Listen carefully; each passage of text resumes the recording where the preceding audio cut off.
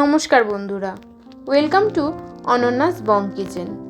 আমাদের সব বাঙালি বাড়িতেই বিকেলে মুড়ির সাথে চপ হলে বিকেলটা বেশ জমে যায়।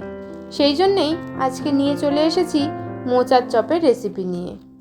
রেসিপিটি ভালো লাগলে চ্যানেলটি অবশ্যই সাবস্ক্রাইব করে দেবেন। তাহলে চলুন দেখে নেওয়া যাক। চপটা বানিয়ে নেওয়ার জন্য প্রথমেই একটা মশলা বানিয়ে নেব। একটা শুকনো প্যানে দিয়ে দেব একটা তেজপাতা, একটা শুকনো লঙ্কা, 1 টেবিল চামচ জিরে, 1 টেবিল চামচ গোটা ধনে দিয়ে খুব ভালোভাবে কিছুক্ষণ নেড়ে চেড়ে নেব। তারপর মশলার সুন্দর গন্ধ বেরিয়ে এলে নামিয়ে ঠান্ডা করে গুঁড়ো করে নেব। এবার একটা মোচা কুচি করে কেটে সিদ্ধ করে নিয়েছি, সেটা একটু চটকে নেব। এবার এর মধ্যে দিয়ে দেব একটা গোটা আলু,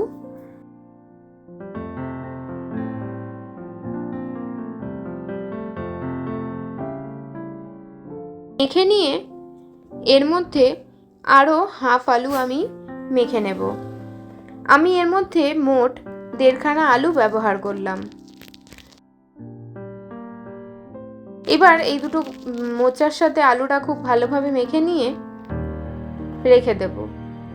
এরপর একটা প্যানে 2 টেবিল চামচ মতো সর্ষের তেল নিয়ে নেব। তেল ভালোভাবে গরম হলে 3 টেবিল চামচ নারকেল কোড়া দিয়ে কিছুক্ষণ নেড়ে চেড়ে নেব। আপনারা না চাইলে নারকেল নাও দিতে পারেন, কিন্তু যেহেতু আমি একদম নিরামিষভাবে বানাচ্ছি আর নিরামিষ যে কোনো জিনিসেই নারকেল দিলে স্বাদ বেড়ে যায়, তাই আমি অল্প নারকেল কোড়ার ব্যবহার করলাম। এরপর দিয়ে দেব 1 চা চামচ হলুদ গুঁড়ো, 1 চা চামচ জিরে গুঁড়ো, 1 চা চামচ ধনে গুঁড়ো, 1 টেবিল চামচ আদা বাটা দিয়ে কিছুক্ষণ নেড়ে চেড়ে আলু আর মোচার মিশ্রণটা দিয়ে 2 থেকে 3 মিনিট খুব ভালোভাবে নেড়ে চেড়ে নেব।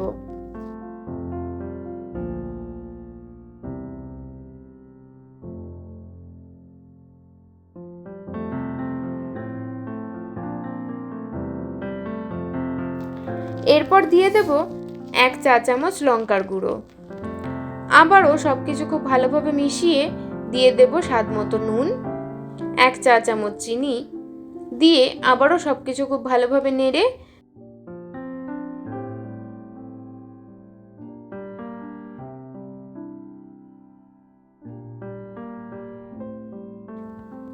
দিয়ে দেব 1 চা চামচ গোলমরিচ গুঁড়ো, 3 টেবিল চামচ মতো বাদাম দিয়ে মিশিয়ে নিয়ে দিয়ে দেব 1 টেবিল চামচ বানিয়ে নেওয়া মশলাটা দিয়ে আবারও সব কিছু খুব ভালোভাবে মিশিয়ে যখন দেখব যে মোচার জলটা শুকিয়ে এসেছে এবং কড়াইয়ের গা ছেড়ে দিয়েছে, তখন নামিয়ে মিশ্রণটা অল্প ঠান্ডা করে নেব। এবার চপগুলো বানিয়ে নেওয়ার জন্য একটা বাটিতে নিয়ে নেব 2 টেবিল চামচ ময়দা, 2 টেবিল চামচ কর্নফ্লাওয়ার, হাফ চা চামচ গোলমরিচ এবং অল্প নুন আর জল দিয়ে একটা পাতলা ব্যাটার বানিয়ে নেব।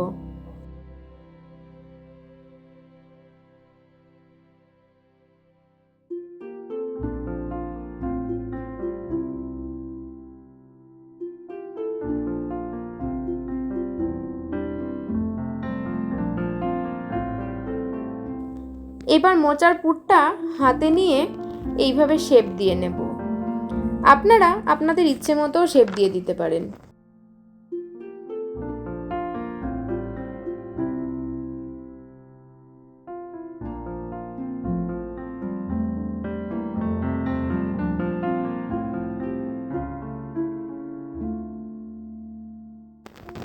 এরকম গোল করে চ্যাপ্টা করেও বানাতে পারেন, আবার আমার মতো এরকম লম্বাটে করেও বানাতে পারেন।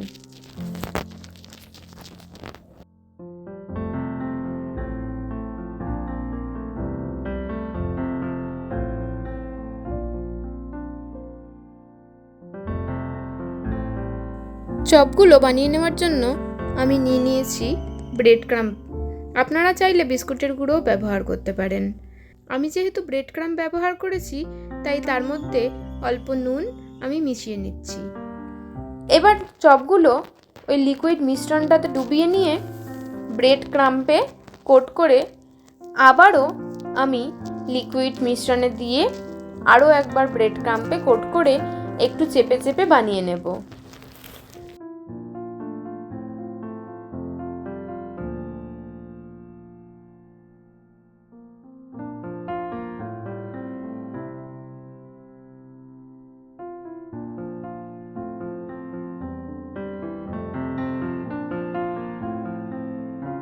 চপ বানানোর জন্য এইভাবে দুবারই কোট করে নিতে হবে, তাহলে চপগুলো খুব মুচমুচে হবে।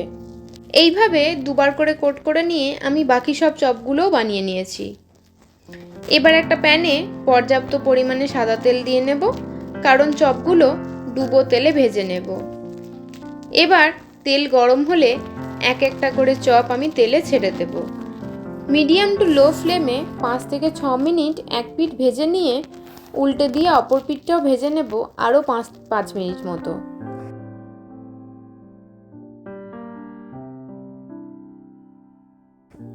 পাঁচ মিনিট পর চপগুলো তেল থেকে তুলে নিয়ে কাসুন্দি দিয়ে আমি সার্ভ করে নিয়েছি। যেহেতু আমি চপটা একদমই নিরামিষভাবে বানিয়েছি, তাই আমি পাশে আর পেঁয়াজের স্যালাড ব্যবহার করলাম না। আপনারা চাইলে ব্যবহার করতেই পারেন। তাহলে চলুন দেখিয়ে দিই চপগুলো কতটা মুচমুচে হয়েছে।